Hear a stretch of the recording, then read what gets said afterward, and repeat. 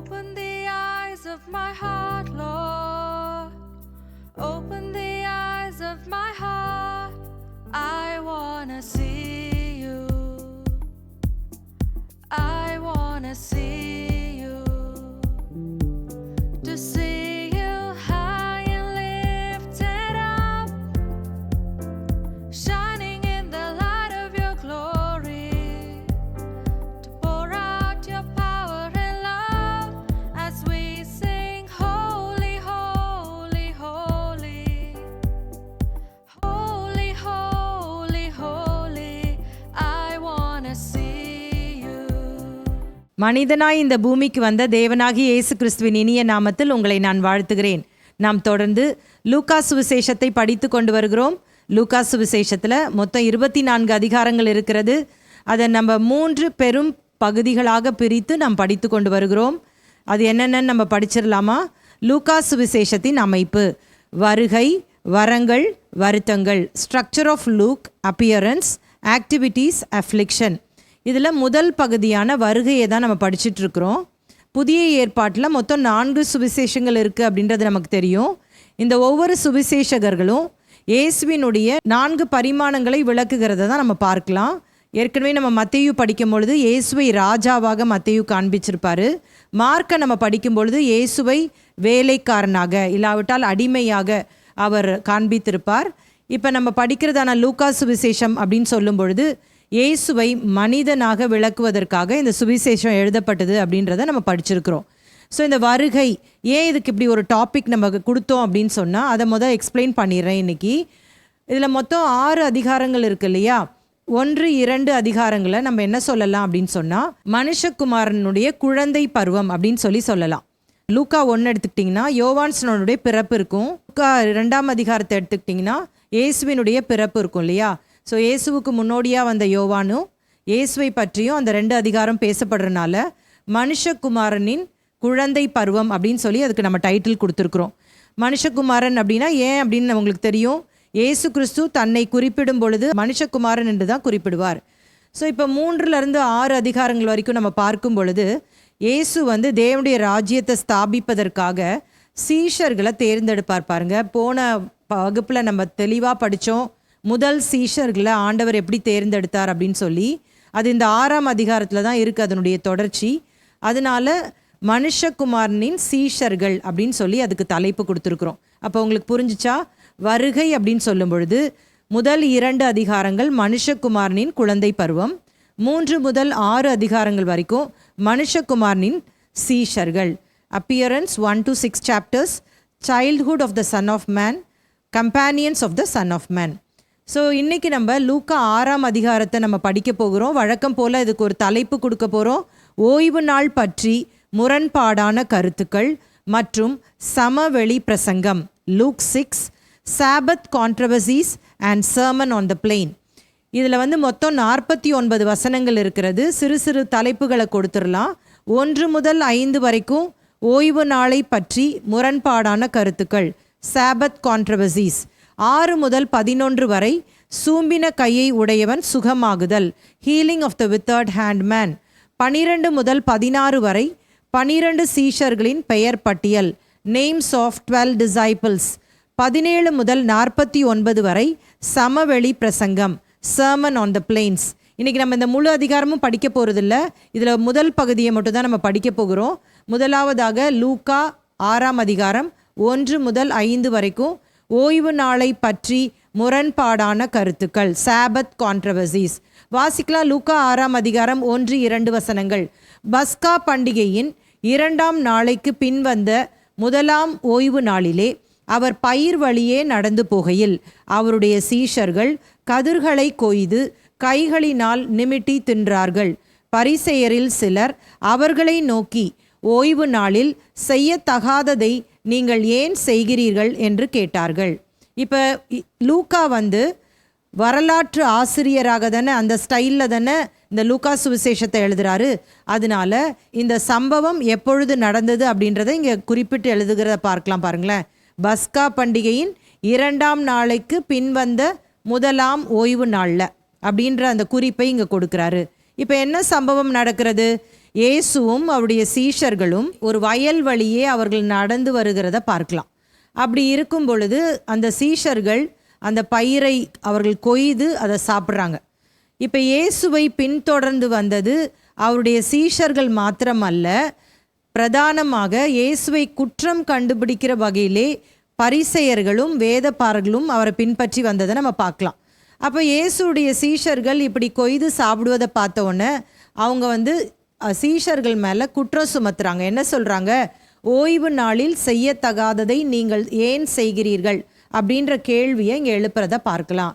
இதே சம்பவம் மத்தேயு சுவிசேஷத்தில் நம்ம பார்க்கும் பொழுது இந்த சீஷர்கள் வேண்டுமென்றே சொல்லி அந்த பயிர்களை கொய்து சாப்பிடவில்லை, அவங்க பசி உண்டானபடியினாலே அவர்கள் சாப்பிட்டார்கள் என்று சொல்லி மத்தேயு 12ஆம் அதிகாரத்தில் இதை குறித்து தெளிவாக நம்ம வாசிக்கிறோம். ஸோ இப்போ இயேசு சீஷர்களோடு நடந்து வராரா, அப்போ அவங்களுக்கு பசி வந்துருச்சு, அதனால அவங்க சாப்பிட்றாங்க. இப்போ பொதுவாக நமக்கு கூட அந்த அனுபவம் இருக்கும் பாருங்களேன்.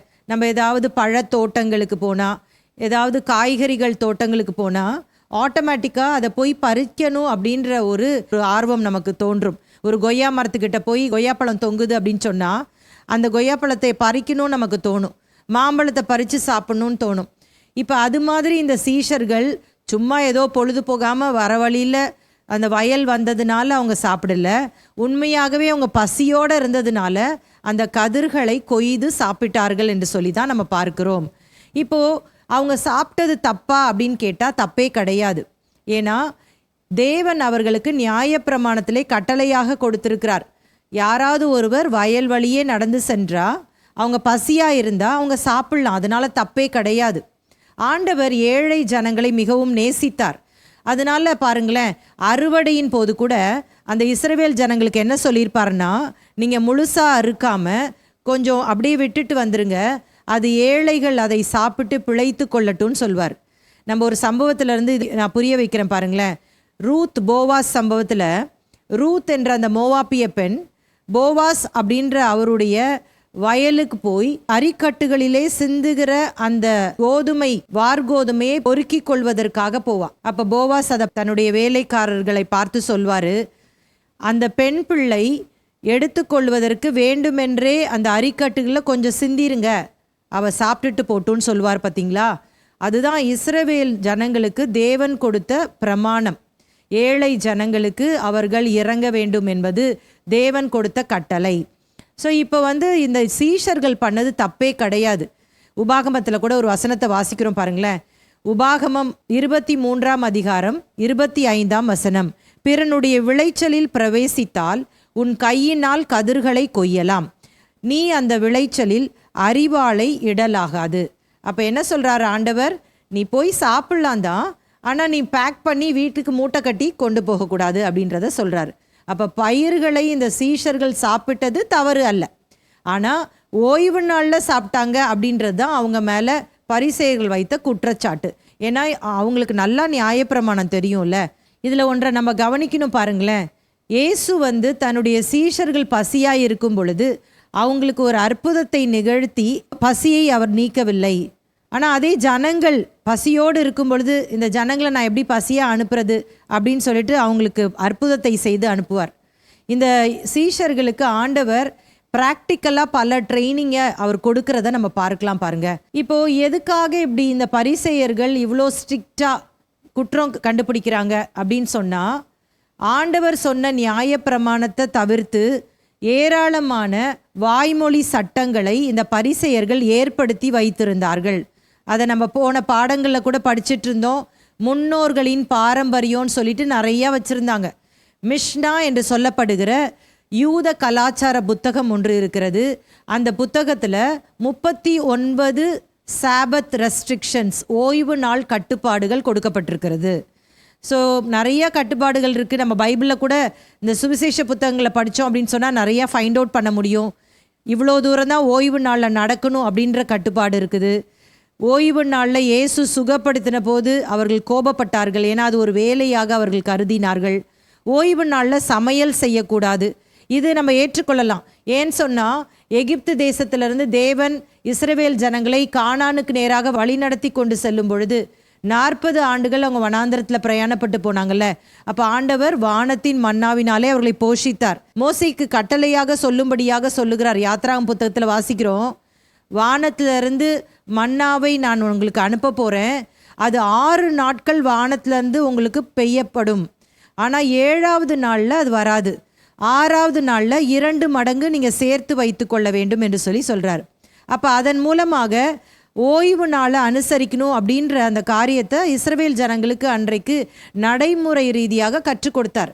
ஓகே, அது மட்டும் நம்ம எடுத்துக்கலாம். ஆனால் இதை தாண்டி ஏராளமான சட்டதிட்டங்களை ஜனங்களுக்குள்ளே திணித்து கொண்டிருந்தார்கள் பரிசேயர்கள். இன்றைக்கு கூட நீங்கள் இஸ்ரேல் போனீங்க அப்படின்னு சொன்னால் பெரிய பெரிய ஹோட்டல்ஸில் பார்த்தீங்க அப்படின்னா லிஃப்ட்ஸ் இருக்கும். இப்போ நம்மளுடைய பட்டணங்களிலும் லிஃப்ட் இருக்குது. இப்போ ஒரு ஃப்ளோர்லேருந்து இன்னொரு ஃப்ளோருக்கு போகிறதுக்கு நம்ம என்ன பண்ணணும்? ஃபஸ்ட் ஃப்ளோர் போகணும் அப்படின்னா நம்ம என்ன பண்ணுவோம்? 1 அழுத்துவோம். செகண்ட் ஃப்ளோர் போகணுன்னா 2 அழுத்துவோம். அப்போ இந்த பட்டன் அழுத்துறது கூட ஒரு வேலை என்று சொல்லி இந்த யூதர்கள் என்ன பண்ணியிருக்காங்க அப்படின்னா, சாபத் லிஃப்ட்ஸ், ஓய்வு நாள் லிஃப்ட் அப்படின்னு சொல்லி அங்கே போர்டு போட்டு அதுக்குன்னு ஒரு லிஃப்ட் ஓடிட்டே இருக்கும். இது மற்ற 6 நாட்களும் ஓடாது. நார்மலாக நம்ம ஊரில் இருக்கிற மாதிரி தான் லிஃப்ட் ஓடும். ஆனால் அந்த 7ஆம் நாள், அவங்களுக்கு சனிக்கிழமை தானே, அந்த 7ஆம் நாள் மட்டும் இந்த சாபத் லிஃப்ட் மட்டும்தான் ஓடும்.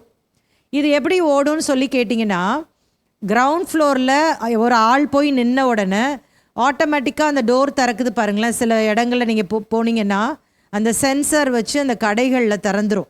அது மாதிரி ஒரு ஆள் போய் அந்த லிஃப்ட் முன்னாடி நின்னா தானாக அது திறக்கும்.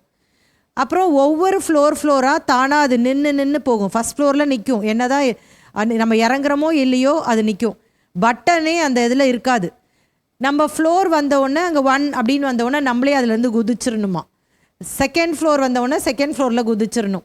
இந்த மாதிரி அவங்களுக்கு ஓய்வு நாள் கட்டுப்பாடுகள் இன்றைக்கும் அது நிலவுகிறது. இன்னும் சொல்லப்போனால் ஓய்வு நாள் ஆரம்பிக்கிறதுக்கு முன்னாடி சப்போஸ் அவங்க வீட்டில் ஸ்விட்ச் ஆன் பண்ணிட்டாங்கன்னு வச்சுக்கோங்களேன், நைட் ஆனால் கூட அந்த ஸ்விட்சை ஆஃப் பண்ணக்கூடாது, ஏன்னா அது ஒரு வேலை. அதனால என்ன பண்ணிட்டாங்களாம், இந்த புறஜாதிகளான அந்த மெய்ட்ஸ், அந்த வேலைக்காரர்களை ஸ்விட்ச் ஆஃப் பண்ணுறதுக்கு, ஸ்விட்ச் போடுறதுக்குன்னு அமர்த்தி வைத்திருந்தார்களாம். ஏன்னா அவங்க செஞ்சால் அது தப்பு அப்படின்னு சொல்லிட்டு. இன்னும் நான் சில காரியங்களை வாஸ்து பார்க்கும்பொழுது ரொம்ப ஆச்சரியமாக இருந்தது. அதாவது இராணுவம் இருக்குல்ல, மிலிட்ரி, இஸ்ரவேல் இராணுவம் வந்து எப்போவுமே செயல்படணும் கண்டிப்பாக. இப்போ இராணுவம்லாம் வந்து ஓய்வு நாளெல்லாம் ஆசரித்தாங்கன்னா எதிரிகள் வந்து அவங்கள தாக்கிடுவாங்கல்ல. இப்போ ரீசண்டாக ஒரு சில மாதங்களுக்கு முன்பாக நம்ம பார்க்கும் பொழுது அந்த இஸ்ரேல் ஹமாஸ் வார் நடந்தது பார்த்தீங்களா. இந்த இஸ்ரேல் ஹமாஸ் வாருடைய துவக்கம் என்னன்னு சொல்லி உங்களுக்கு யாருக்காவது தெரியுமா? நம்ம நியூஸ்லலாம் பார்த்தோம் இல்லையா. என்ன அப்படின்னு சொன்னால், ஹமாஸ் தான் இஸ்ரவேல் ஜனங்களை ஓய்வு நாளில் தாக்குனாங்க. ஃபஸ்ட்டு ஓய்வு நாளாக இருந்தனால இஸ்ரவேலர்கள் அலர்ட்டாக இல்லாதனால தான் அங்கே குண்டு விழுந்து அநேகர் மரித்து போனார்கள். இதற்கு பழிவாங்கும் நடவடிக்கையாக தான் இஸ்ரவேல் என்ன பண்ணுச்சுன்னா ஹமாஸோடு கூட யுத்தம் செய்தது. ஸோ நாங்கள் வந்து ஸ்டார்ட் பண்ணலை, ஆனால் நீங்கள் தான் எங்களுக்கு வம்பு சண்டைக்கு வந்தீங்க, அதனால் நாங்கள் விட மாட்டோம் அப்படின்னு சொல்லிட்டு தான் பல மாதங்கள் அந்த போர் நடந்து கொண்டே இருந்ததை நம்ம பார்த்துருக்குறோம். அப்போது என்ன பண்ணாங்க அப்படின்னா, இந்த ரபிமார்கள் இதற்கு ஒரு தீர்வை கொண்டு வர வேண்டும் என்பதற்காக அவங்க வந்து என்ன செஞ்சாங்க அப்படின்னா, இந்த மிலிட்ரி வந்து எப்போவுமே அவங்க வேலை செஞ்சுட்டே இருக்கணும். இப்போ வாக்கி டாக்கி வச்சுட்டு இங்கே எதிரி வரான், அங்கே இதை பண்ணுங்க அதை பண்ணுங்க, அலர்ட் ஆகுங்க அப்படின்னு சிக்னல்ஸ் கொடுத்துட்டே இருப்பாங்கல்ல.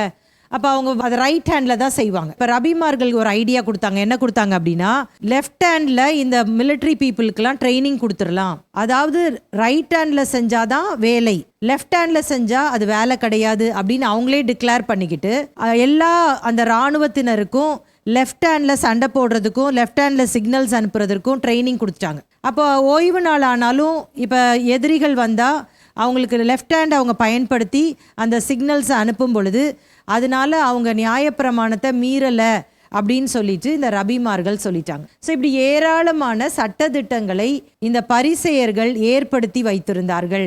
அதனால தான் இயேசுவின் சீஷர்கள் அந்த பயிர் வழியே சென்று அந்த கதிர்களை கொய்யும் பொழுது அவர்கள் என்ன சொன்னாங்க அப்படின்னா, இது ஒரு வேலை, நீங்கள் வந்து என்ன பண்ணுறீங்கன்னா கொய்து அப்படின்னு சொல்லும் பொழுது, நீங்கள் வினோவிங் அப்படின்னு சொல்லுவோம் பாருங்க ஆங்கிலத்தில். நம்ம ஹைவேலெல்லாம் போகும் பொழுது அறுவடை அறுத்து அந்த நெல் கட்டுகளை அப்படியே அந்த ரோட்டில் போட்டிருப்பாங்க. ரோட் ரோலர்ஸ் வந்து அதை நல்லா அது மேலே ஓடும். அது ஓடின பிற்பாடு நிறையா பெண்களும் ஆண்களும் ஒரு முறத்தால் காற்று வருகிற திசையை நோக்கி அப்படியே ஆட்டிகிட்டே இருக்கிறத நீங்கள் கவனிச்சிங்களான்னு தெரில. இனிமேல் நீங்கள் போகும்போது கவனிங்க பாருங்களேன். அதை வினோவிங் அப்படின்னு சொல்லுவாங்க. த்ரெஷிங், வினோயிங் அதெல்லாம் சொல்லுவாங்கல்ல, அதுதான் தூற்றுதல். இவங்க இந்த சீஷர்கள் கைகளினால் கொய்ததை, அந்த நிமிட்டி சாப்பிட்டதை, அந்த மேலே இருக்கிற உமியை நீக்கி சாப்பிட்டதை எதற்கு அவங்க கம்பேர் பண்ணி சொன்னாங்க அப்படின்னா, நீங்கள் வினோயிங் பண்ணீங்க, நீங்கள் தூற்றுனீங்க, ஒரு வேலை செஞ்சிட்டீங்க, இது ஓய்வு நாளில் நீங்கள் செய்யக்கூடாது. இதுதான் சீஷர்கள் மேலே அவங்க வச்ச குற்றச்சாட்டு. இப்போ இயேசு எப்படி தன்னுடைய சீஷர்களை டிஃபெண்ட் பண்ணி சொல்கிறாரு அப்படின்றது தான் பின்வரும் வசனங்கள். வாசிக்கலாமா? லூக்கா 6ஆம் அதிகாரம் 3ஆம் வசனம். இயேசு அவர்களுக்கு பிரதியுத்தரமாக, தாவீதும் அவனோடு இருந்தவர்களும் பசியாய் இருந்தபோது செய்ததை நீங்கள் வாசிக்கவில்லையா? அவன் தேவனுடைய வீட்டில் பிரவேசித்து ஆசாரியர் மாத்திரமே தவிர வேறொருவரும் புசிக்கத்தகாத தேவ சமூகத்து அப்பங்களை கேட்டு வாங்கி. ஸோ இப்போ என்ன உதாரணத்தை இவர் பயன்படுத்துகிறார் அப்படின்னு சொன்னால், 1 சாமுவேல் 21ஆம் அதிகாரத்தை இங்கே சொல்லுகிறார். நீங்கள் அந்த சம்பவத்தை படித்திருந்தீர்கள் என்று சொன்னால் உங்களுக்கு இது நன்றாக புரியும். இதுவரைக்கும் படிக்கலன்னா நீங்கள் தயவு செய்து 1 சாமுவேல் 21ஆம் அதிகாரத்தை வாசித்து பாருங்கள். தாவீது சவுல் ராஜாவுக்கு பயந்து உயிர் தப்ப அவர் வனாந்திரத்திலே சுற்றி கொண்டிருக்கிறார். திடீரென்று சொல்லி தாவீதுக்கும் அவனோடு இருந்த அந்த மனிதர்களுக்கும் பசி வந்துவிட்டது. பசியை போக்கும்படியாக தாவீது கூடாரத்திற்கு ஓடுகிறார். அந்த கூடாரத்தில் ஆசாரியன் உட்கார்ந்துருக்கிறான். அவன்கிட்ட போய் கேட்குறான், எனக்கு ரொம்ப பசியாக இருக்குது, ஏதாவது சாப்பிட கொடு அப்படின்னு சொல்லும் பொழுது அந்த ஆசாரியன் சொல்கிறாரு, பரிசுத்த அப்பமே தவிர என்னிடத்துல வேற ஒன்றுமே இல்லை அப்படின்னு சொல்கிறாரு. உடனே பரவாயில்ல கொடு அப்படின்னு சொல்லும் பொழுது அந்த ஆசாரியரும் என்ன பண்ணுறாரு, அதை கொடுக்கிறார். தாவீதும் அவனோடு இருந்த மனிதர்களும் அதை புசித்தார்கள். இப்போ தாவீது செய்தது தவறாக இருந்திருக்குமானால் அந்த இடத்திலே தாவீது அந்த பரிசுத்த அப்பத்தை சாப்பிட்டதற்கு தேவன் அவனை கொன்றிருக்க வேண்டும். இப்போ இயேசு கேட்குறாரு, நீங்கள் பரிசேயர்கள், நீங்கள் நியாயப்பிரமாணத்தை கற்றுக் கொடுத்துருக்குறீங்க, நீங்கள் இதெல்லாம் பழைய ஏற்பாட்டில் படித்தது இல்லையா, இதெல்லாம் நீங்கள் உங்கள் ஜனங்களுக்கு கற்றுக் கொடுக்கலையா அப்படி தானே கேட்குறாரு. இங்கே பாருங்கள், தாவீதும் அவனோடு இருந்தவர்களும் பசியாய் இருந்தபோது செய்ததை நீங்கள் வாசிக்கவில்லையா? நீங்கள் யாராவது பல ஆண்டுகள் இயேசுவை பின்பற்றி நல்ல வேத அறிவை படைத்தவர்கள், நல்ல எல்லா இடத்துலையும் பிரசங்கம் பண்ணுறீங்க, பெரிய பெரிய அற்புதங்கள்லாம் கூட உங்கள் மூலமாக நடக்குது, யாராவது நம்மக்கிட்ட உங்களுக்கு பைபிளில் போட்டிருக்கிறது தெரியாதா, இது கூடயா அவங்களுக்கு தெரியாதுன்னு கேட்டால் எவ்வளோ கோவம் வரும் உங்களுக்கு. அது மாதிரி தான் அன்னைக்கு இருந்த பரிசேயர்களுக்கு கோவம் வந்திருக்கும்ல.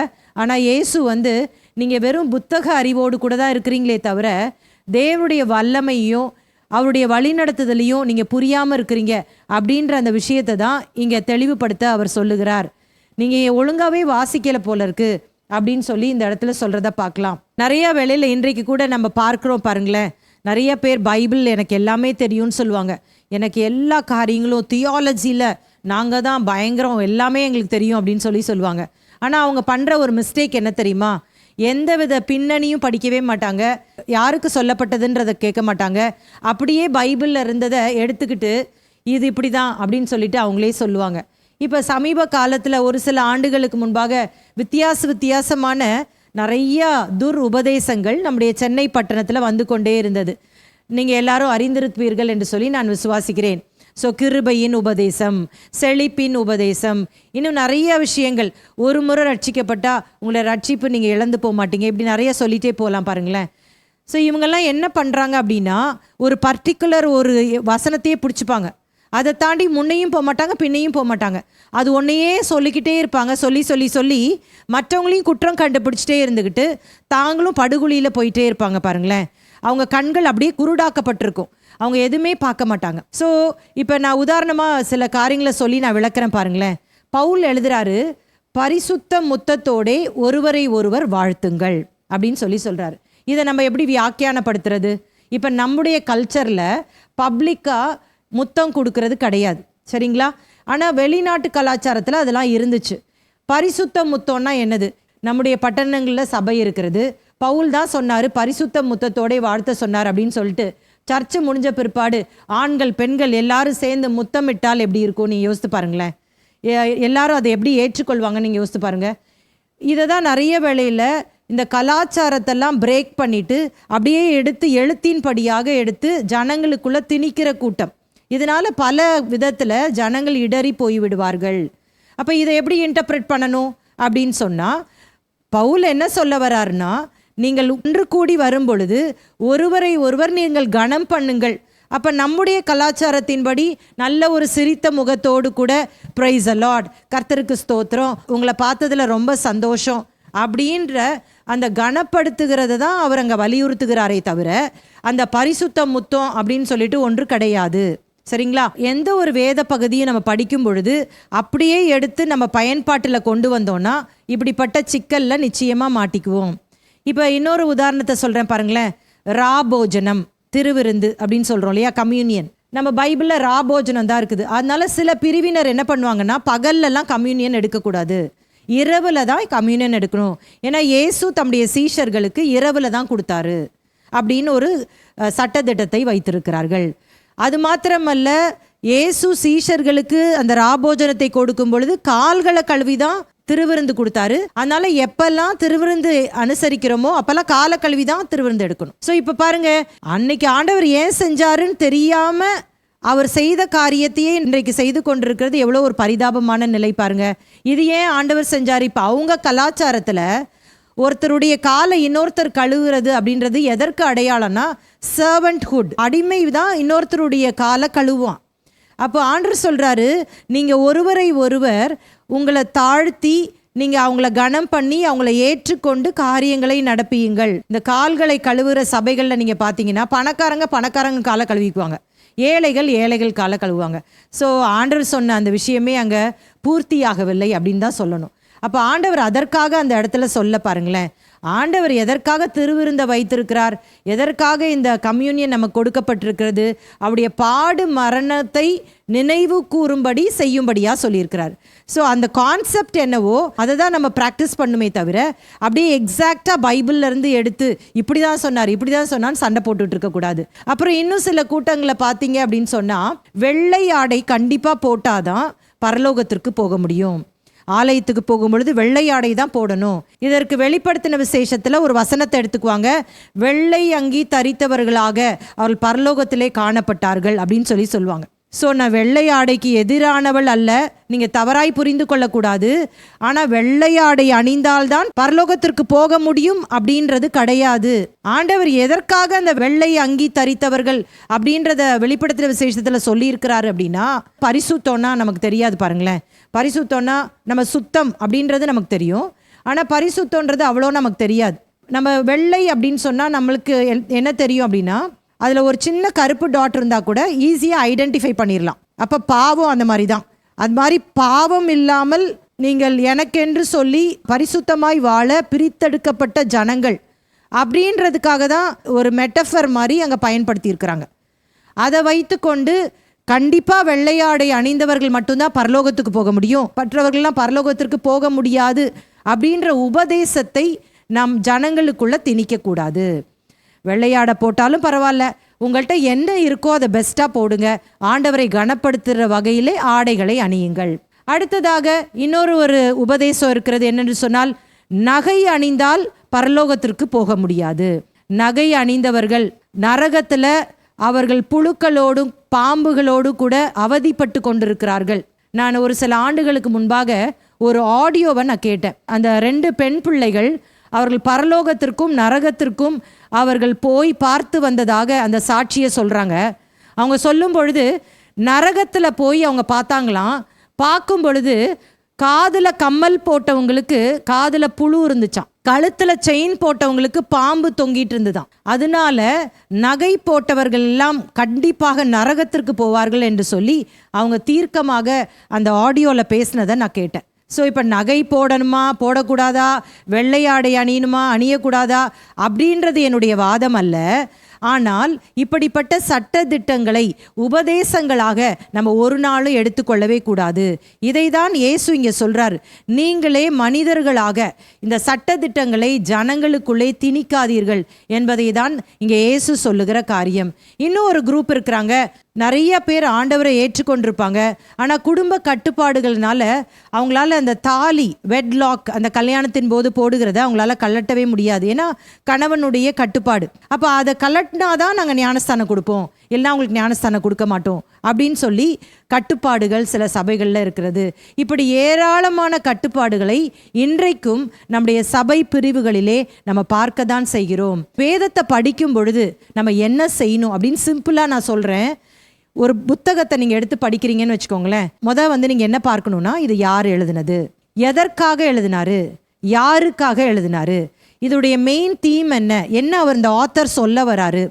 இப்போ நம்முடைய வேதாகமத்தை நம்ம எடுத்துக்கிட்டோன்னா பழைய ஏற்பாடு புதிய ஏற்பாடு என்று 2 பகுதிகள் இருக்கிறது. இந்த பழைய ஏற்பாடை நீங்கள் எடுத்துக்கிட்டிங்கன்னா முழுக்க முழுக்க அந்த பழைய ஏற்பாட்டு பரிசுத்தவான்கள் ஆசிரியர்கள் யூதர்களை ஃபோக்கஸ் பண்ணி தான் எழுதுகிறாங்க. அவங்களுடைய முதல் ஆடியன்ஸ் யார்? யூதர்கள். எந்தெந்த காரியங்கள் யூதர்களுக்கு மட்டுமே ஆண்டவர் சொல்லியிருக்கிறார் அப்படின்றத ஃபைண்ட் அவுட் பண்ணணும். எந்தெந்த காரியங்கள் அதை இப்போ நம்ம அப்ளை பண்ண முடியும் அப்படின்றத நம்ம ஃபைண்ட் அவுட் பண்ணணும். இப்போ புதிய ஏற்பாட்டை படித்தாலும் சரி, இப்போ நம்ம பார்த்தது போல மத்தேயு யூதர்களுக்கு இயேசுவை ராஜாவாக காண்பிக்க, மார்க்கு ரோமர்களுக்கு இயேசுவை அடிமையாக அல்லது வேலைக்காரராக காண்பிக்க அப்படிலாம் நம்ம பார்க்குறோம்ல. அப்போ ஃபர்ஸ்ட் ஆடியன்ஸ் அப்படின்னு சொல்லும் பொழுது அவங்க தான்.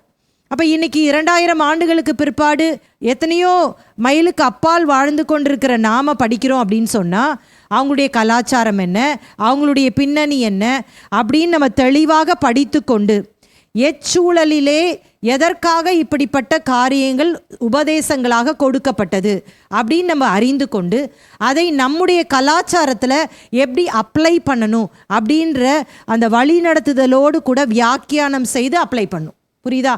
இப்போ அப்போஸ்தலனாகிய பவுல் கூட நிறைய காரியங்களை ஒவ்வொரு சபைக்கும் சொல்கிறாரு.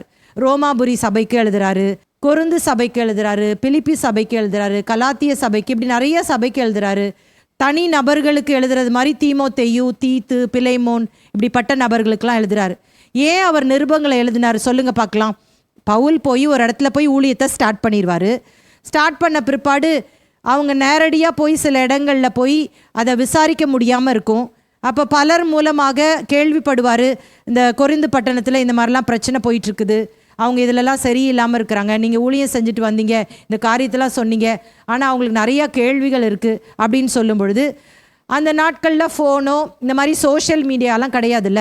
அதனால் என்ன பண்ணுவார்னா கடிதங்கள் மூலமாக அவர் அதை சொல்லி கொடுப்பார். கடிதங்களை எழுதி அந்த பர்டிகுலர் பர்சன் கிட்ட கொடுத்து அனுப்புவார். இப்போ ரோமாபுரி சபையில் பார்த்தீங்கன்னா அங்கே கடிதத்தை எழுதி அங்கே ஒருத்தர்கிட்ட கொடுத்து அனுப்பி அந்த ரோமாபுரி சபைக்கு படிக்க சொல்கிறாரு.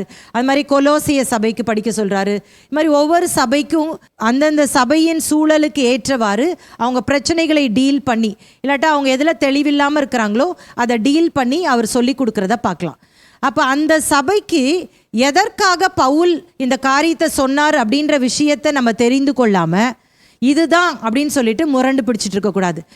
ஒரு குரூப் கூட பாருங்களேன், ஒரு குரூப் முக்காடு போட்டு தான் ஆகணும்னு சண்டை போடுவாங்க, இன்னொரு குரூப் முக்காடு போடக்கூடாதுன்னு சண்டை போடுவாங்க. ஸோ இது மாதிரி நிறைய விஷயங்கள் இருக்குது. ஸோ இன்றைக்கி நம்முடைய பிரசங்கம் இது செய்யணுமா அது செய்யணுமா அப்படின்றத நான் சொல்ல வரல. ஆனால் நம்மளுடைய வேலை என்ன, இப்படி நமக்கு ஒரு குழப்பமான நிலை வரும் பொழுது நம்ம என்ன பண்ணணும், வேதத்தை எடுத்து வாசித்து அதனுடைய பின்னணியை அறிந்து கொண்டு யாருக்காக எதற்கு எந்த சூழ்நிலையிலே இதை அந்த ஆசிரியர் எழுதியிருக்கிறார் அப்படின்னு சொல்லிட்டு அதை அறிந்து கொண்டு இன்றைய கலாச்சாரத்தில் அதை எப்படி நம்ம இம்ப்ளிமெண்ட் பண்ணணும் அப்படின்ற அந்த காரியத்தையும் அறிந்து அதை நாம் செயல்படுத்துவோம் என்று சொன்னால் நம்ம எந்த காரியத்திலையும் தவறாமல் கர்த்தர் நம்மை காத்துக்கொள்வார். அப்போ உங்களுக்கு புரிஞ்சிச்சா என்ன பிரச்சனை நடந்துச்சு? இயேசு இப்போ எப்படி டிஃபெண்ட் பண்ணுறாரு பாருங்க. தொடர்ந்து அந்த வசனத்தை வாசிக்கும் பொழுது லூக்கா 6ஆம் அதிகாரம் 4-5 வசனங்கள். தான் புசித்ததும் அன்றி தன்னுடனே கூட இருந்தவர்களுக்கும் கொடுத்தானே என்று சொன்னார். மேலும் மனுஷகுமாரன் ஓய்வு நாளுக்கும் ஆண்டவராய் இருக்கிறார் என்றார். இப்போ என்ன சொல்றாரு? அவனும் சாப்பிட்டான், தன்னோடு இருந்தவர்களும் புசிச்சாங்க அப்படின்னு சொல்லிட்டு மிக முக்கியமான ஒரு கிளைம் பண்ணுறாரு. என்ன கிளைம் பண்ணுறாரு? மனுஷகுமாரன் ஓய்வு நாளுக்கும் ஆண்டவராய் இருக்கிறார் அப்படின்னு சொல்லும் பொழுது நான் தான் ஆண்டவர் அப்படின்றத அவர் அங்கே சொல்கிறத பார்க்கலாம். ஸோ இந்த சம்பவத்தின் மூலமாக நம்ம என்ன கற்றுக்குறோம் அப்படின்னு சொன்னால், முதலாவதாக மத சடங்காச்சாரங்களை விட ஒரு மனிதனின் அத்தியாவசிய தேவை முக்கியம். Human need is more important than religious ritual அப்படின்னு சொல்லி நம்ம அறிந்து கொள்ளலாம். அப்போ இந்த இடத்துல பார்த்தீங்கன்னா இவங்களுக்கு பசியாக இருக்குது. பசி அவங்களுக்கு போகணும்னா அவங்க சாப்பிட்டாதான் பசி போக முடியும். இப்போ அந்த இடத்துல எந்த வீடோ ஹோட்டலோ கிடையாது. அவங்க போகிற வழியில் அந்த கதிர்கள் தான் கிடச்சிது. அதனால அவங்க கதிர்களை கொய்து சாப்பிட்டாங்க. அப்போ இந்த இடத்துல அந்த மனிதனுடைய அத்தியாவசிய தேவைதான் சந்திக்கப்பட வேண்டுமே தவிர ஹியூமன் நீட் அதுதான் இம்பார்ட்டண்ட்டே தவிர மத சடங்குகள் முக்கியம் அல்ல என்பதை இதன் மூலமாக நம்ம கற்றுக்கொள்கிறோம். ரெண்டாவதாக ஆண்டவர் இங்கே சொல்லுகிற காரியம் என்ன அப்படின்னு சொன்னால், மத சடங்குகளை விட மனிதர்கள் மீது அன்பு காட்ட வேண்டும். ஓசியால கூட ஒரு வசனத்தை நம்ம வாசிக்கிறோம். ஓசியா 6ஆம் அதிகாரம் 6ஆம் வசனம், பலியை அல்ல இரக்கத்தையும் தகன பலிகளை பார்க்கிலும் தேவனை அறிகிற அறிவையும் விரும்புகிறேன். அப்போ இங்கே ஆண்டவர் என்ன சொல்கிறாருன்னா, நீங்கள் பலி செலுத்துறேன் அப்படின்னு சொல்லிட்டு ஏன் இப்படி இரக்கம் இல்லாமல் இருக்கிறீங்க? ஜனங்கள் மேலே ஏன் அன்பு இல்லாமல் இருக்கிறீங்க? இப்போ இந்த உபதேச பிரச்சனை வர்றவங்களெல்லாம் நீங்கள் பார்த்தீங்கன்னு வச்சுக்கோங்களேன், அப்படியே நம்மளை கடிச்சு கொதறிடுவாங்க பாருங்களேன். ஒருத்தரை அப்படியே பகைப்பாங்க. அவங்க மூஞ்ச பார்த்தாலே நமக்கே பயமாக இருக்கும். அவங்களுக்குள்ள தேவனுடைய அன்பே இருக்காது. அதுலேருந்தே நம்ம ஐடென்டிஃபை பண்ணிடலாம், இவங்க ஒரு அசுத்த ஆவியினாலே இதை செயல்படுத்துகிறார்கள் என்பதை நம்மளால் புரிந்து கொள்ள முடியும். இவங்களெல்லாம் நம்ம என்ன சொல்லலாம்னா லீகலிஸ்டிக் பீப்புள்னு சொல்லிடலாம். அதாவது குற்றம் கண்டுபிடித்து கொண்டே இருப்பாங்க. என்ன அப்படின்னா, ஆண்டவர் மலை பிரசங்கத்தில் நமக்கு சொல்லி கொடுத்துருக்கிறாரே, மாயக்காரனே முன்பு உன் கண்ணில் இருக்கிற அந்த உத்திரத்தை நீ எடுத்து போடு, பிறனுடைய கண்ணில் இருக்கிற நீ தூசியை எடுத்து போகிற அப்புறமா நீ பாரு அப்படின்னு சொல்கிறார் இல்லையா? இதுதான் இன்னைக்கு நடந்து கொண்டிருக்கிறது. ஒருவேளை நீங்கள் இந்த செய்தியை கேட்டுக்கொண்டிருக்கும் பொழுது இப்படிப்பட்ட ஒரு குழப்பத்தோடு கூட நீங்கள் காணப்படலாம். இவங்க சொல்கிறாங்க இது தப்புன்னு சொல்லிட்டு, அவங்க சொல்கிறாங்க இது கரெக்டுன்னு சொல்லிட்டு, என்ன பண்ணுறதுனே தெரியலையே அப்படின்னு சொல்லிட்டு நீங்கள் ஒருவேளை கன்ஃபியூஸ் ஆகலாம். ஆண்டுடைய சமூகத்தில் நீங்கள் கேட்கும் பொழுது கர்த்தர் நம்மை தெளிவுபடுத்துகிற ஆவியானவர். ஆண்டவர் நம்மை ரட்சித்திருப்பார் என்று சொன்னால் ஒரு நாள் நம்மளை நரக ஆக்கினைக்குள்ளே அனுப்ப மாட்டார். ஆண்டவர் சரியான பாதையிலே பரிசுத்த ஆவியானவரை கொண்டு சகல சத்தியத்திற்குள்ளும் நம்மை நடத்துகிற தேவன். ஆகவே நாம் மிகுந்த ஜாக்கிரதையாக இருக்க வேண்டும். ஒருவரை ஒருவர் குற்றம் சாட்டுவதற்காக நம்ம இயேசுவை ஏற்றுக்கொள்ளலை பாருங்களேன். ஒருவருக்கொருவர் பகை உணர்ச்சிகளை ஏற்படுத்துவதற்காக இயேசு நம்ம மீட்டு கொள்ளலை. நான் நிறையா படிச்சிருக்கேன் அப்படின்னு சொல்லுகிற இப்படிப்பட்ட உபதேசக்காரர்கள் அவங்க செய்கிற தவறு அவங்களுக்கே தெரியாது பாருங்களேன். மற்றவங்கள பகைப்பாங்க. ஆனால் ஆண்டவர் என்ன சொல்கிறாரு, சத்துருக்களை கூட நேசிக்க சொல்கிறாரு. ஆனால் அவங்க சொந்த சகோதரர்களே என்ன பண்ணுவாங்க, பகைப்பாங்க. அப்போ பாருங்கள் எவ்வளோ தூரம் இன்னைக்கு பிசாசு வஞ்சித்து கொண்டிருக்கிறான் அப்படின்னு சொல்லி பாருங்கள். அவங்க செய்கிறதெல்லாம் என்னெல்லாம் பலியை தான் முக்கியப்படுத்துகிறாங்களே தவிர இரக்கத்தை அவங்க உதாசீனப்படுத்துகிறாங்க. ஆனால் இங்கே இயேசு தெளிவாக இந்த காரியத்தின் மூலமாக நமக்கு என்ன சொல்லித்தராரு, மத சடங்காச்சாரங்களை விட மனிதர்கள் மேல் அன்பு காட்ட வேண்டும். அப்படியே அவங்க செய்கிறது தப்பாக இருந்ததுன்னா முழங்கால் படியிட்டு பாரத்தோடு அவங்களுக்காக ஜெபம் பண்ணணும். ஆண்டவரே இவருடைய கண்களை திறந்துடலும்ப்பா, தவறான பாதையில் போயிட்டுருக்குறாங்க, இவங்களுக்கு உணர்த்துங்க அப்படின்னு நம்ம சொல்லி ஆண்டவர்கிட்ட நம்முடைய பாரங்களை இறக்கி வைக்க வேண்டுமே தவிர அந்த நபரை நம்ம என்ன பண்ணக்கூடாது, ஒருபோதும் பகைக்கவே கூடாது. பாருங்களேன், ஏசாயா 58ஆம் அதிகாரத்தில் 1 முதல் 9 வரைக்கும் உள்ள வசனங்களை நீங்கள் அப்புறம் வாசிங்க. இதுவே உகந்த உபவாசம்னு போட்டிருக்கு. அதில் ஏராளமான லிஸ்ட் கொடுத்துருக்கு. அதாவது நிறைய வேளையில் நம்ம இந்த ஆவிக்குரிய பயிற்சிகள் அப்படின்னு சொல்லிட்டு உபவாசம் எடுக்கிறோம், ஜபம் பண்ணுறோம், சர்ச்சுக்கு ஒழுங்காக போகிறோம், ரொம்ப டிசிப்ளின்டு லைஃப் வாழ்கிறோன்னு சொல்லிட்டு நிறையா பேரை நம்ம குற்றம் சாட்டி கொண்டே இருப்போம். அது தப்பு அப்படிங்கிறத அங்கே தெளிவாக ஏசாயா தீர்க்கதரிசி எழுதியிருக்கிறத பார்க்கலாம். நீங்கள் அப்புறமா போய் வாசிங்க. மூன்றாவதாக ஒரு விஷயத்தை இந்த சம்பவத்தின் மூலமாக நம்ம அறிந்து கொண்டோம். மனுஷகுமாரன் ஓய்வு நாளுக்கும் ஆண்டவர். ஓய்வு நாளை ஏற்படுத்தினவரே தேவன் தான். அந்த தேவன் இப்போ உங்கள் முன்னாடி நின்றுட்டு இருக்கிறாரு. என்னுடைய சீஷர்கள் தான் இப்போ அந்த கதிர்களை கொய்து சாப்பிட்டு கொண்டிருக்கிறார்கள். நான் அவங்கள ஒன்றுமே சொல்லலை. நீங்கள் ஏன் இந்த சடங்குகளெல்லாம் உள்ளே கொண்டு வரீங்க? நான் என்ன எக்ஸ்பெக்ட் பண்ணுறேன் தெரியுமா? நொறுங்குண்டதும் நறுங்குண்டதுமான நபர்களை நான் ஒரு நாளும் புறக்கணிக்கவே மாட்டேன் அப்படின்னு சொல்கிறாரு. ஒரு முறை சங்கீதக்காரன் அவன் பாவம் செய்த பொழுது, சங்கீதம் 51ஆம் அதிகாரம் 17ஆம் வசனத்தில் சொல்கிறாரு, தேவனுக்கு ஏற்கும் பலிகள் நொறுங்குண்ட ஆவிதான். தேவனே, நொறுங்குண்டதும் நறுங்குண்டதுமான இருதயத்தை நீர் புறக்கணீர். ஆண்டவர் நம்மக்கிட்ட எதிர்பார்க்கிறது என்ன அப்படின்றது தான் இந்த வசனம். பாருங்களேன், உங்களுக்கு பெரிய பெரிய வியாக்கியானம் பண்ண தெரியலையே அப்படின்னு சொல்லிட்டு நீங்கள் கவலைப்படாதீங்க. ஐயோ, அவங்கெல்லாம் எவ்வளோ பெரிய ஆளாக இருக்கிறாங்க, அவங்களுக்கு எவ்வளோ பைபிளில் நிறையா தெரியுது, இது தெரியுது அது தெரியுது அப்படின்னு சொல்லி நீங்கள் நினைக்காதீங்க. ஆண்டவர் நம்மகிட்ட எதிர்பார்க்கிற ஒன்றே ஒன்று என்ன அப்படின்னா, நொறுங்குண்டதும் நறுங்குண்டதுமான இருதயம்தான். ஆண்டவர் இருதயத்தை தான் பார்க்கிறார் பாருங்களேன். எல்லாமே கரெக்டாக இருந்துட்டு நம்ம இருதயத்தில் பெருமை கொண்டவர்களாக இருப்போம் என்று சொன்னால் ஆண்டவர் நம்ம செய்கிறத அங்கீகரிக்க மாட்டார் என்பதை தான் இதன் மூலமாக நம்ம அறிந்து கொள்ள முடிகிறது. இந்த பரிசேயர்கள் அப்படி தான் செஞ்சாங்க. நாங்கள் எல்லாத்துலேயும் கரெக்டாக இருக்கிறோம் அப்படின்னு சொல்லிட்டு அவங்க ஒரு மனிதாபியமாகவே நடந்து கொள்ள பாருங்க. பசியாக இருக்கிறவங்க ஒருத்தன் ஆகாரம் சாப்பிட்றத விடலை பாருங்க. அவ்வளோ அவங்களுக்கு கோபம் வருது. அடுத்த பகுதிக்கு போயிடலாமா? லூக்கா 6ஆம் அதிகாரம் 6 முதல் 11 வரை.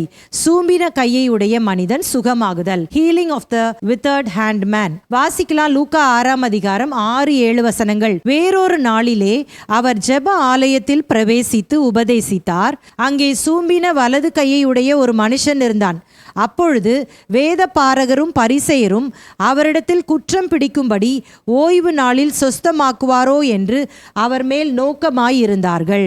ஸோ இந்த இடத்துல பாருங்க, இயேசு கிறிஸ்து பாருங்க, என்னதான் அவர் மேல குற்றச்சாட்டு வச்சு பல காரியங்களை சொன்னாலும் அவர் வழக்கத்தின்படி கரெக்டா ஜெப ஆலயத்துக்கு ஓய்வு நாள்ல போயிடறாரு பாருங்களேன். அந்த மாதிரி ஒரு டைம் தான் இது. இப்ப இயேசு ஜெப ஆலயத்துல இருக்கிறாரு. அந்த பரிசேயர்களும் குற்றம் கண்டுபிடிக்கிறதுக்காக ஜெபாலயத்துல இயேசுவை பின்தொடர்றாங்க. இயேசு என்ன உபதேசம் பண்ண போறாரு, அவர்கிட்ட கேட்டு நம்மளும் மனம் மாறலாம், இந்த தேவனுடைய ராஜ்யத்துக்குள்ள வரலாம் அப்படின்றது இவங்க எண்ணம் கிடையாது. இவங்க என்னன்னா இயேசு யாராவது இப்படி கஷ்டப்படுறவங்கள பார்த்தாங்கன்னா இயேசு சும்மா இருக்க மாட்டாரு, நிச்சயம் சுகம் தருவார்னு சொல்லிட்டு அந்த வியாதி உள்ளவனுக்கு விசுவாசம் இருக்குதோ இல்லையோ, இந்த குற்றம் கண்டுபிடிக்கிற இந்த பரிசேயர்களுக்கு அந்த விசுவாசம் இருந்துச்சு. இது தேவன் மேல வச்ச அன்புனால இல்ல, குற்றம் கண்டுபிடிக்கணும் அப்படின்றதுனால அவங்க அப்படி பண்ணாங்க. ஸோ இங்க பாருங்க, ஜெபாலயத்தில் அவர் உபதேசிக்கிறாரு.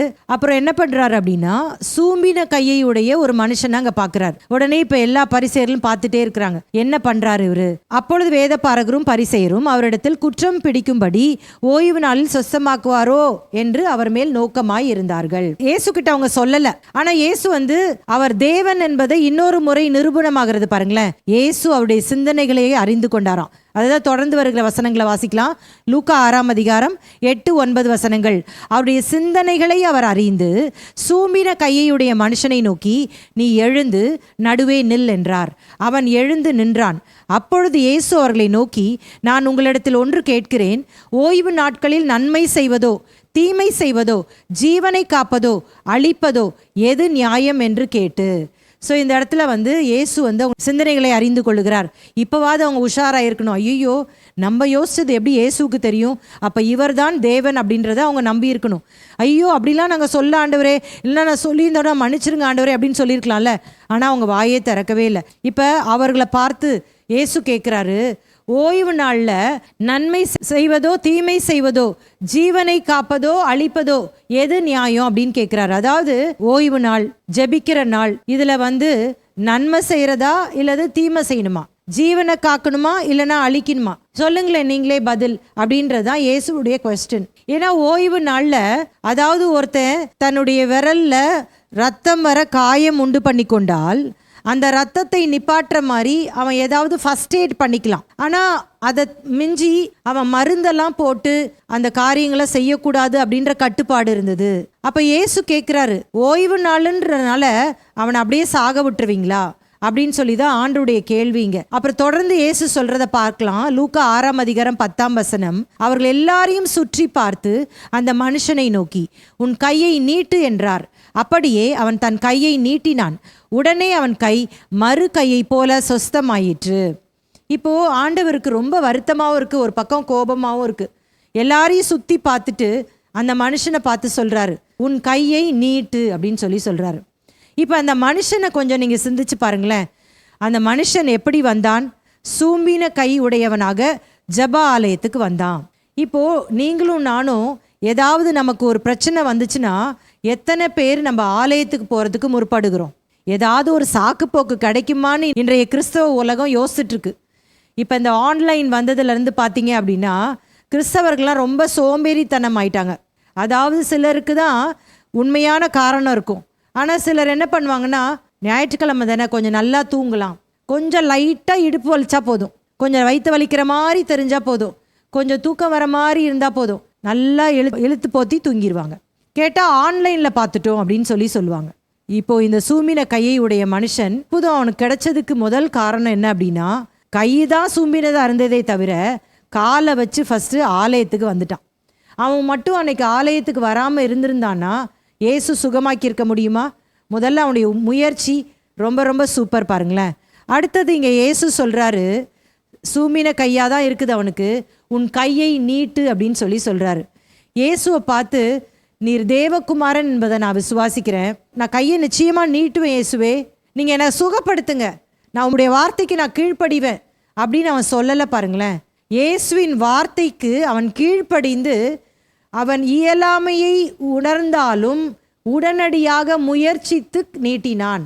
அதனால தான் அற்புதத்தை பெற்றுக்கொண்டான். நிறைய வேளையில் நான் ஜோம் பண்ணுறேன்னு சொல்லிட்டு ஒரு பிரயாசமும் எடுக்காமல் அப்படியே இருந்த இடத்துலையே இருப்போம் பாருங்களேன். எனக்கு ஒரு சம்பவம் ஞாபகம் வருகிறது. என்னுடைய மூத்த மகள் ஒரு 2 வயது இருக்கும், ரொம்ப சின்ன பிள்ளை. நாங்கள் அப்போ தான் ஒரு புதிதாக அந்த இடத்துக்கு குடிபெயர்ந்து போயிருக்கிறோம். அப்போ நான் அவளோடு கூட விளையாடி கொண்டிருந்தேன். திடீரென்று சொல்லி கிச்சனில் கொஞ்சம் வேலை இருந்ததுனால அவளுக்கு நான் டிவியில் ஒரு கார்ட்டூனை போட்டுட்டு குக்கர் சத்தம் வந்துச்சே அப்படின்னு சொல்லிட்டு அதை ஆஃப் பண்ணலான்னு சொல்லிட்டு கிச்சனுக்கு போயிட்டு திரும்பி வர்றதுக்குள்ள அவள் என்ன பண்ணியிருக்கிறா அப்படின்னா, அவள் டிவி பார்க்காம எழும்பி அந்த பெட்ரூமுடைய கதவை அவள் லாக் பண்ணிட்டான். லாக் பண்ண உடனே அவளால் அது வெளியே வர முடியல. உள்ள இருந்துட்டு மம்மி மம்மின்னு கத்திட்டு இருக்கிறா. எனக்கு ரொம்ப ஷாக் ஆயிடுச்சு. என்னுடைய கணவர் வீட்டில் இல்லை, அவங்க ரொம்ப தூரம் போயிருக்கிறாங்க. நான் சொல்றேன், நீ என்ன பண்ணனா, எப்படி நீ மூட்னியோ அதே மாதிரி தர அப்படின்னு சொல்லி நான் இங்க வெளியே இருந்து பேசிட்டு இருக்கிறேன். எந்த ஒரு கண்ணாடியோ எதுவுமே இல்லை, அதுல ஜன்னல் கிடையாது, ஜன்னலும் வெளியில தான் இருக்குது, பால்கனிக்கு தான் போனாதான் இருக்கும். அவ ஒரு பக்கம் என்ன மம்மி தூக்குங்கன்னு கத்திட்டு இருக்கிறா. நான் ஒரு பக்கம், நீ மெதுவா நீ அதை தர பாப்பா, ஈஸியா நீ வந்துடலாம், மம்மி சொல்றபடி செய், ஒரு குச்சி மாதிரி இருக்குல்ல அதை அப்படி ஆட்டு, அது திறந்துருன்னு சொல்றேன். அவ கத்தி கத்தி அழுகிறாளே தவிர அவ அதை திறக்கவே மாட்டிக்கிறான். எனக்கா ரொம்ப கஷ்டமாயிருச்சு. ஐயோ என்ன பண்ணுறதுனே ஒன்றுமே புரியல. ஏன்னா நாங்கள் அந்த அப்பார்ட்மெண்ட்டில் ஒரு 10 வீடு இருக்கும். ஆனால் அது புது கட்டடனால எங்கள் குடும்பம் மட்டும் தான் ஃபர்ஸ்ட் அந்த இதில் போயிருக்கிறோம். இன்னும் பாதி அப்பார்ட்மெண்ட் ஃபினிஷ் ஆகாதனால வீடு அப்படியே இருக்கு. அப்போ என்ன பண்ணுறதுனே புரியாததுனால எனக்கு ரொம்ப கன்ஃபியூஸ் ஆயிடுச்சு. நான் ஒரு பக்கம் அப்படியே கலங்கி, எப்படியாவது நீ திறந்துரு, சரி அவளையும் பயமுறுத்தக்கூடாது அப்படின்னு சொன்னா, அவள் என்ன பண்ணிட்டா அப்படின்னா, அவள் வேகமாக போய் பெட்டில் ஏறி படுத்துட்டு அழுதுட்டு இருக்கா. என்னால் திறக்க முடியலன்னு அவளுடைய மழலையான சொல்ல வச்சு அழுது கொஞ்ச நேரம் கழிச்சு அவளுடைய அழுக சத்தெல்லாம் குறைஞ்சிக்கிட்டே இருக்கு. எனக்கா ரொம்ப பயமாயிருச்சு. அந்த சமயம் பார்த்து என்னுடைய கணவர் வந்துட்டாங்க. உடனே நான் பதட்டத்தோடு சொன்னேன், ஐயோ இந்த மாதிரி ஆயிடுச்சு, பாப்பா உள்ள மாட்டிக்கிட்டா அப்படின்னு சொன்னோன்னு அவங்க என்ன பண்ணாங்க, அந்த வேலை செய்கிறவர்கள் வைத்திருந்த அந்த ஏணியை வச்சு அவங்க அது மேல ஏறி அந்த பால்கனியில இருந்து அந்த ஜன்னல்ல ஏறி கூப்பிட்டு, இங்க பாரு அப்பா சொல்றத கேளு, அந்த கதவு கிட்ட போய் நில்லு, அந்த பாரு அப்படிதான் செய் அப்படின்ன உடனே, நான் செய்ய மாட்டேன் அப்பா தூக்குங்க அப்படின்னு சொல்லிட்டு ஜன்னல் வழியா போய் அழுகிறாளே தவிர அந்த கதவு கிட்ட போய் அதை திறக்கணும் அப்படின்ற அந்த முயற்சி அவ எடுக்கவே இல்லை. ஜன்னல்ல இருந்து நல்லா தெரியுது, ஜஸ்ட் இவ்வளோதான், கொஞ்சோண்டு தான் அது பூட்டப்பட்டிருக்கு, கொஞ்சம் இப்படி தொட்டாலே போதும் அது திறந்துரும். ஆனா வெளியில இருந்து திறக்கிற மாதிரி இல்லை, ஒண்ணுமே புரியவே இல்லை. அப்பதான் ஒன்று தோன்றினது. பக்கத்துல அந்த வேலை செஞ்சுட்டு இருந்த ஆட்கள்கிட்ட போய் நாங்க உடனே சொன்ன போது, அங்க ஒரு கார்பெண்டர் இருந்தார். அவர் ஒரு மிகுந்த ஒரு பெரிய ஒரு கட்டையை எடுத்துட்டு வெளியே இருந்து ஒரு சுத்தியல் வச்சு அதை அடிச்சார் பாருங்களேன். ஏன்னா அது அவ்வளவுதான் மூடி இருந்துச்சு, அதனால அது எளிதாக உடனடியாக திறந்து விட்டது. ஆனா கிட்டத்தட்ட இந்த 15-20 மினிட்ஸ் பயங்கர ஒரு போராட்டம் பாருங்களேன். நான் என்ன சொல்ல வரேன் அப்படின்னா, சில வேளையில் நம்ம ஒரு சின்ன முயற்சி கூட எடுக்காம, ஆண்டவரே என்னை காப்பாற்றும் என்று சொல்லி கதறி கொண்டிருக்கிறோம். ஆண்டவர் ஒரு சின்ன ஒரு வழியை வச்சிருப்பாரு, அதில் முயற்சியே நம்ம எடுக்க மாட்டோம் பாருங்களேன். ஒருவேளை இந்த சம்பவம் அவளுக்கு விவரம் தெரியாது, சிறு பிள்ளை. ஆனால் இன்றைக்கு நம்ம ஜெபிக்கிற அநேகர் கூட நம்ம கண்களுக்கு முன்பாக காணப்படுகிற அந்த வழிகளை அறியாதபடிக்கு நம்ம குருடாக்கப்பட்டிருப்போம். நம்ம ஜெபிக்கணும், ஆண்டவரே உம்முடைய வழிகளை அறிந்து கொள்ளும்படியாக என்னுடைய கண்களை திறந்தருளும் என்று சொல்லி ஜெபிக்கணும். மோசே பாருங்களேன், மோசேயும் இஸ்ரவேல் ஜனங்களும் அந்த செங்கடல் முன்பாக நிற்கும் பொழுது அவங்களுக்கு வழி தெரியவே இல்லை. ஐயோ பின்னாடி எகிப்தியர்கள் துரத்தி கொண்டு வருகிறார்களே, முன்னாடி செங்கடல் இருக்கிறதே, நாங்கள் செத்து போயிட போகிறோம் அப்படின்னு சொல்லிட்டு பயந்து கொண்டு இருக்கும் பொழுது தேவன் மோசேட்ட சொல்கிறாரு, உன் கையில் இருக்கிறது என்ன, அந்த கோலை செங்கடலுக்கு நேராக காட்டு அப்படின்றாரு. அவன் நீட்டின உடனே அந்த செங்கடல் 2ஆக பிளந்தது. அதே கோலை வைத்து ஜனங்கள் தண்ணீர் இல்லாத போது கண்மலையை அடித்தார். அங்கே என்னாச்சு, தண்ணீர் வந்தது. பார்வோன் முன்பாக அந்த கோலை கீழே தரையில போட்ட பொழுது அந்த கோல் சர்ப்பமாக மாறினது. அந்த ஒரே ஒரு கோல் தேவனுடைய கோலாக செயல்பட்டது. அதுபோல இன்றைக்கு ஆண்டவர் நம்முடைய வாழ்க்கையிலே அற்புதங்களை செய்வதற்கு ஆயத்தமாக இருக்கிறார். நாம் செய்ய வேண்டிய காரியம் என்ன? ஆண்டவர்கிட்ட கேளுங்க, என்னுடைய பார்ட் என்ன? உன் கையை நீட்டு என்று சொல்லி அன்றைக்கு அந்த சூம்பின கையுடைய மனிதனை பார்த்து சொன்னது போல உங்களுக்கு ஆண்டவர் சொல்லுகிற காரியம் என்ன என்பதை உடைய மனக்கண்களுக்கு முன்பாக கொண்டு வாருங்கள். அதை நீங்கள் செய்யுங்கள், அற்புதத்தை பெற்றுக்கொள்வீர்கள். என்ன நடக்குது பாருங்க, 11ஆம் வசனம்.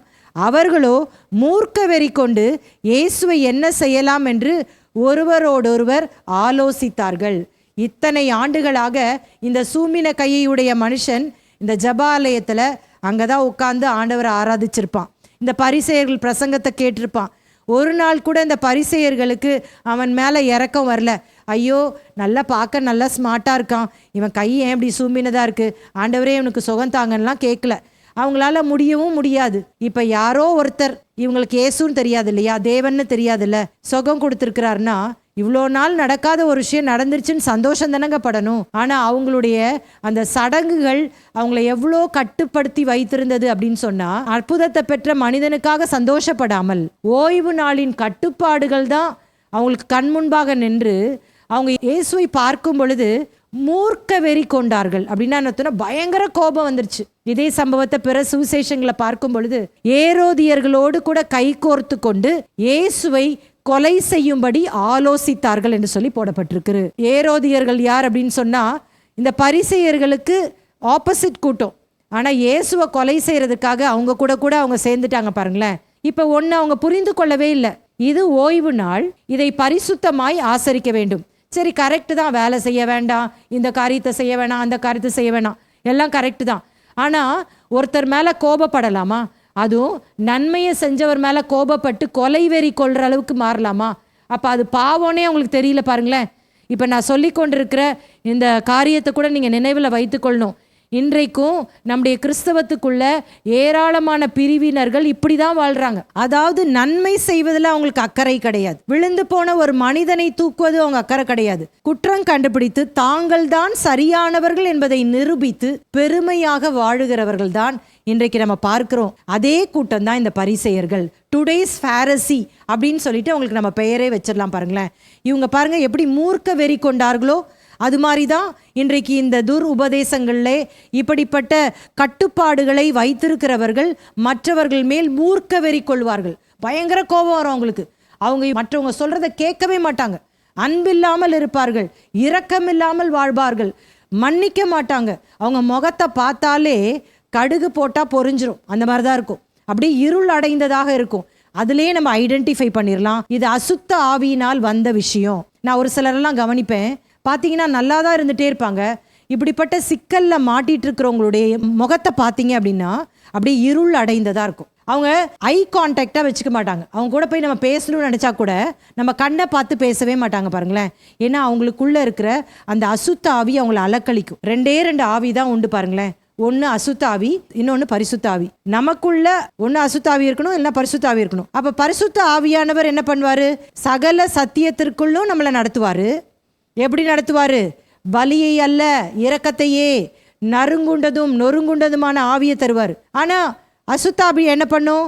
நான் தான் கரெக்டு, மற்றவன் எல்லாம் தப்பு, நான் மட்டும்தான் பரலோகத்துக்கு போவேன், மற்றவன் எல்லாம் தப்பு அப்படின்னு சொல்லிட்டு நான் பிடிச்ச முயலுக்கு 3 காலு அப்படின்னு சொல்லிட்டு சண்டை வாங்கிட்டே இருப்பாங்க. ஸோ இப்படிப்பட்ட நபர்களுக்காக நம்ம ஆண்டவர்கிட்ட ஜெபிக்க தான் செய்யணும் பாருங்களேன். இயேசுவையும் இப்படிப்பட்ட ஜனங்கள் பின்தொடர்ந்து வந்தார்கள். அவங்களுக்கு எவ்வளோ கோபம் வந்துச்சுன்னா இயேசுவை எப்படியாவது கொலை செய்ய வேண்டும் என்று சொல்லி திட்டமிட்டார்கள். அடுத்த பகுதியில் நம்ம என்ன பார்க்குறோம் அப்படின்னா, லூக்கா 6ஆம் அதிகாரம் 12 to 16 வரைக்கும் 12 சீஷர்களின் பெயர் பட்டியல், நேம்ஸ் ஆஃப் 12 டிசைபிள்ஸ். நம்ம போன பாடத்தில் ஏற்கனவே இந்த பகுதியை படிச்சிட்டோம்.